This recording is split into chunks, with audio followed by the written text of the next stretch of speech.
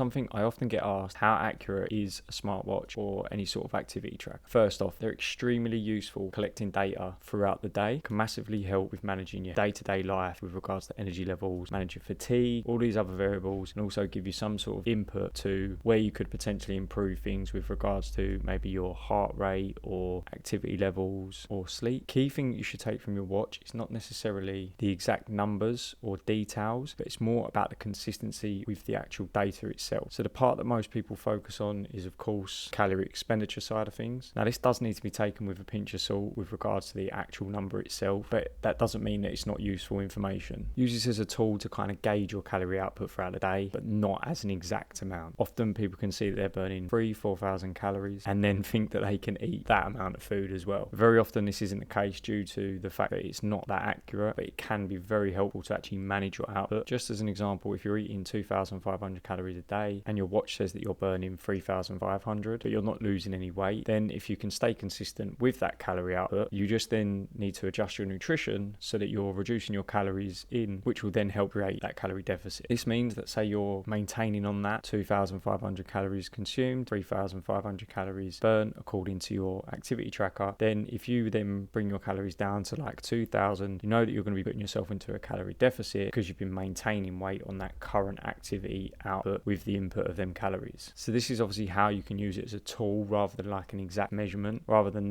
thinking to yourself, oh, I'm burning 3,500 calories, I should be eating more than 2,000 calories. You can actually use it as a point of, this is how active I need to be. If I'm consuming 2,000 calories, that will put me into a calorie deficit. For me, I use my active calories, so it's the calorie output that my watch tells me that comes from activity like steps or exercise, just any movement throughout the day, rather than using my BMR. For me, I use my active calorie output, so this is just a number that my watch gives me based off of my general movement throughout the day, daily activity and exercise. So I know when my active calorie burn is at around 1,000 calories. I'm in a good activity range. For fat loss, if my calories are controlled, around 2,300 calories. So if I wanted to get a little bit more aggressive with my fat loss, or say things did stall, what this would mean is that I would just maintain that 1,000 calories of active calorie burn and then reduce my calorie input to maybe around 2,000, or just gradually bring it down. So the reason why I'd focus on reducing my intake is that I just believe I have more control over this. For example, if I'm reducing like my oats and potatoes and that accumulates to 200 calories, I weigh that so I know that every single day I'm actually going to be reducing my input by that amount. Whereas with regards to output, it's not always controllable. Like, it's not every time I train I burn exactly the same or anything like that. So I would rather have something that I can control with ease due to just weighing my food and being accurate with my tracking, rather than maybe having to do an extra 5-10 minutes of activity here, 20-minute walk or something like that. So the calories that you burn during training is also something you need to be aware of. I would recommend taking this quite lightly. I know some people can burn up to 1,000 or plus calories within a session. Quite often this leads to people believing that then after that, whatever they eat basically doesn't count.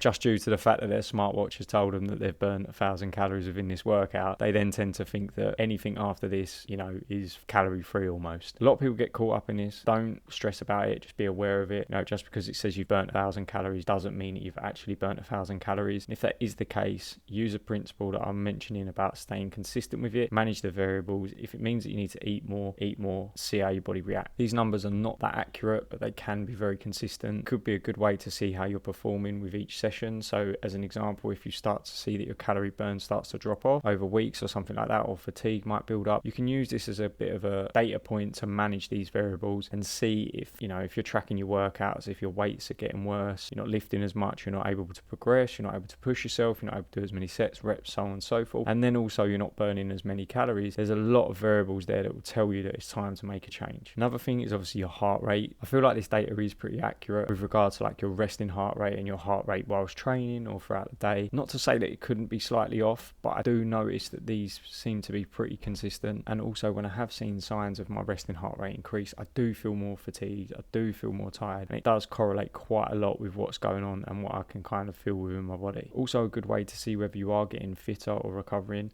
So as an example, if you start to see your resting heart rate come down, this can be a good sign that your fitness is improving and you're training in the right sort of bracket to be able to recover from. Not always the case, like sometimes it can be a couple of days after training. This is why it's quite important to manage your training frequency and all these other variables. Make sure that you're not constantly putting this stress on your body. This is where your heart rate can come in quite well, because if you do get an understanding of it and you do stay aware and you manage it, you'll find yourself feeling a lot less fatigued and being able to perform a lot better. Use this data as a guideline and look for consistencies within it, and then obviously when things get thrown off, make adjustments. This is a great way to learn about your body and understand what works. Just as an example, for me, my resting heart rate began to get quite high. It was because I wasn't doing very much cardio.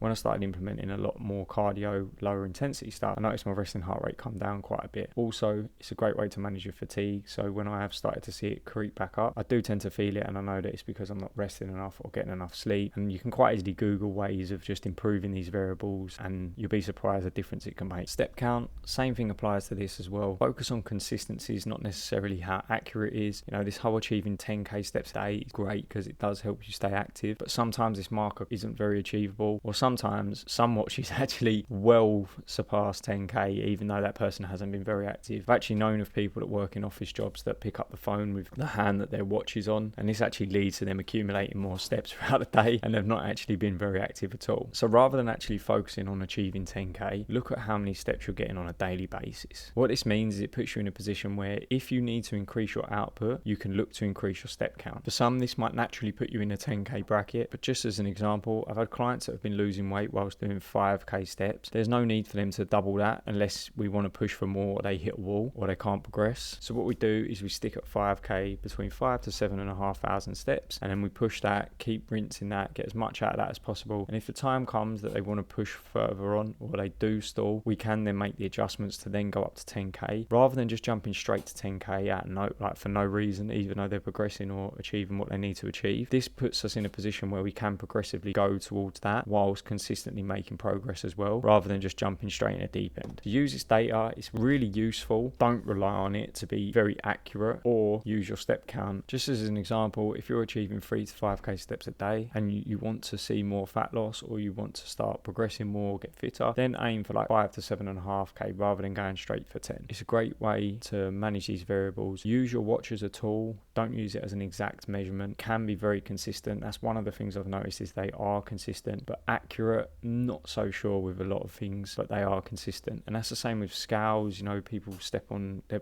body weight scales, step on someone else's scales the following morning, that's off. You know, it's just a correlation with these variables, bits of data. Use them as consistent ways to measure these variables and make adjustments to suit the watch, not necessarily what you believe you should be achieving. Like I say, if your watch is telling you you're burning 4,000 calories and you're eating 3,000 and you're not losing weight, it means you're not burning 4,000 calories. If you're doing 10,000 steps but you're not even very active, then you're not doing 10,000 steps. It's just your watch telling you. So just be aware of these variables and get a better understanding. Use the data to your advantage with the understanding that it's pretty consistent. Hope this helps. Any questions, let me know.